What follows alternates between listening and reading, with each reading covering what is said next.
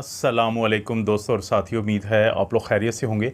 आज की इस वीडियो में हम बात करेंगे कि 6 वो कौन सी जड़ी बूटियां हैं कि जो आपकी मदद करती हैं दवाइयों के साथ या दवाइयों के बग़ैर ही आपके कोलेस्ट्रॉल के लेवल को बेहतर करने में।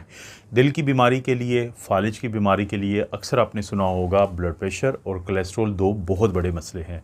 तो कोलेस्ट्रॉल को नीचे कम करने के लिए जो पहली एक जड़ी बूटी है वो आपके घर में पड़ी है, खानों में इस्तेमाल करते हैं। इसको कहते हैं धनिया के जो बीज होते हैं, कोरिएंडर सीड्स जो होते हैं।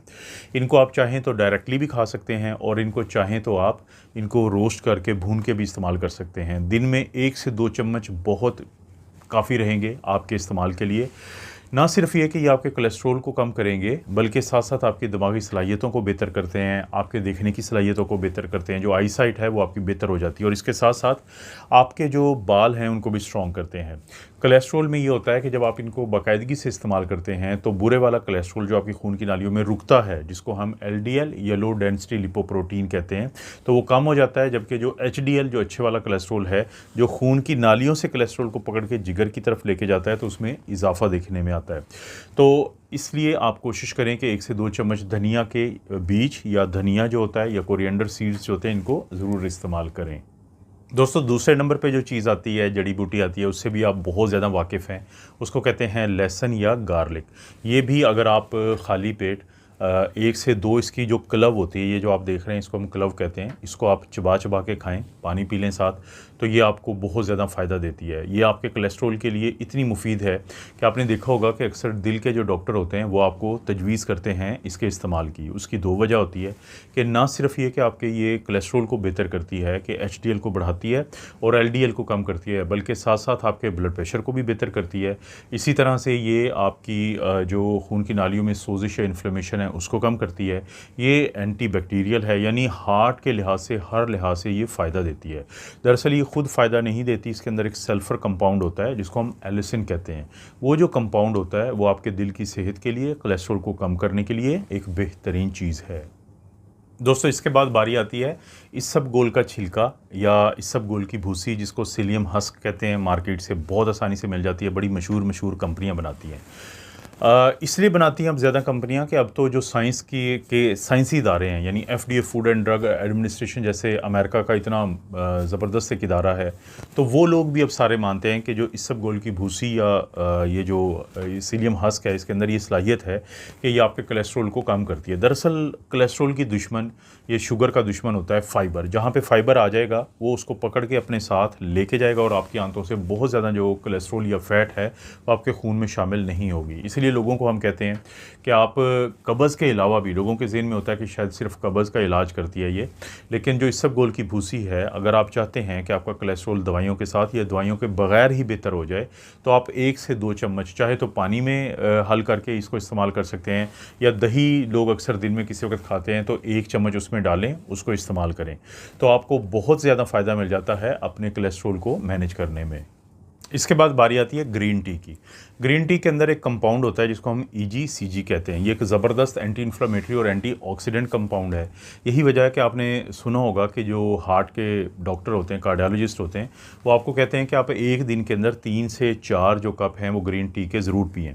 एक तो आपको ये ज़ाहिर है कि अच्छा लगता है, जैसे अब सर्दियों का भी सीज़न आ रहा होता है तो अक्सर लोगों ने आदत डाली होती है चाय पीने की, तो अगर चाय की आदत को वो रिप्लेस कर दें, उसकी जगह पे आहिस्ता आहिस्ता ग्रीन टी का इस्तेमाल करें, तो एक तो उनको ये फ़ायदा हो जाएगा कि उनके लिए बड़ी ये उनको रिफ़्रेश कर देती है, उनको मज़ा आता है इसको इस्तेमाल करने का, लेकिन चीनी नहीं डालनी इसके अंदर।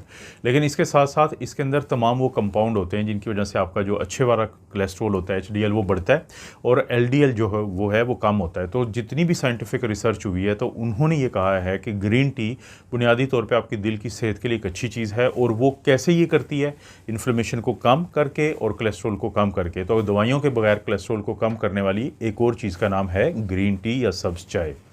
5वें नंबर पे बारी आती है आंवला की, जिसको अंग्रेज़ी में इंडियन गूसबेरी कहते हैं। ये एक बेहतरीन ज़रिया विटामिन C का। एंटीऑक्सीडेंट भी है विटामिन सी, और इसके अलावा भी बहुत सारे इसके अंदर एंटीऑक्सीडेंट होते हैं। बढ़ती उम्र के साथ और कोलेस्ट्रॉल के इकट्ठा होने से जो आपकी खून की नालियाँ, ख़ास तौर पे आर्टरीज़ जो होती हैं और दिल की खून की नालियाँ, उनके अंदर ना सिर्फ ये कि सख्ती आती है, बल्कि कोलेस्ट्रॉल वहाँ पे जमने के बाद उसकी ऑक्सीडाइज्ड फॉर्म बन जाती है एलडीएल की, जिसको हम सबसे ज़्यादा ख़तरनाक हालत कहते हैं। कि ये जो इन्फ्लेमेशन होती है खून की नालियों में, वो तंगी के साथ साथ मज़ीद इसमें रुकावट डालती है। वहाँ पे किरदार आता है आंवला का, क्योंकि आंवला का जो बाकायदा इस्तेमाल है वो खून की नालियों के अंदर होने वाली इस तंगी को कम करता है, उस सोजिश को कम करता है, जिसकी वजह से दिल के जो अटैक हैं उसके डर कम होते हैं और कोलेस्ट्रॉल का लेवल बेहतर रहता है।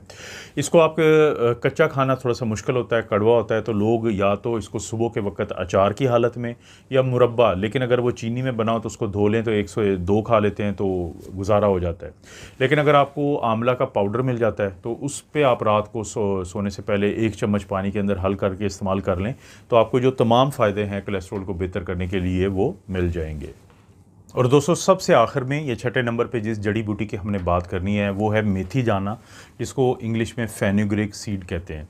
शुगर के मरीज़ तो इसको इस्तेमाल करते ही रहते हैं, क्योंकि इसके अंदर जो फाइबर होता है, जैसे कि मैंने पहले भी जिक्र किया था कि ग्लूकोज यानी शुगर और जो कोलेस्ट्रॉल है उसका दुश्मन होता है फ़ाइबर। तो शुगर के मरीज़ इसकी फ़ाइबर की वजह से इसको इस्तेमाल करते हैं, लेकिन यही फ़ाइबर जो है आपके कोलेस्ट्रॉल को भी कम करने में मदद देता है।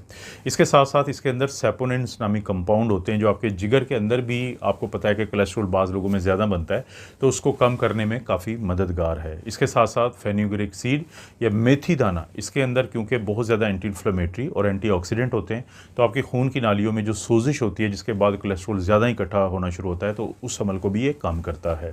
आपको चाहिए कि आप अगर कोलेस्ट्रॉल के मसला आपको उसका सामना करना पड़ रहा है और आपको है कि आप दवाइयों के साथ या दवाइयों के बगैर इसको कंट्रोल करना चाहते हैं, तो नाश्ते से पहले या बाद में 1 चम्मच जो है वो आप मेथी दाना का पानी में आप शामिल करके और आप इसको चबा चबा के खा भी लें और पानी को पी भी लें, तो उससे आपको बहुत ज़्यादा फ़ायदा मिल जाएगा। तो दोस्तों, ये हैं वो 6 ऐसी जड़ी बूटियाँ जो दवाइयों के बगैर ही कोलेस्ट्रॉल को कम करने में आपकी बहुत मदद करती हैं।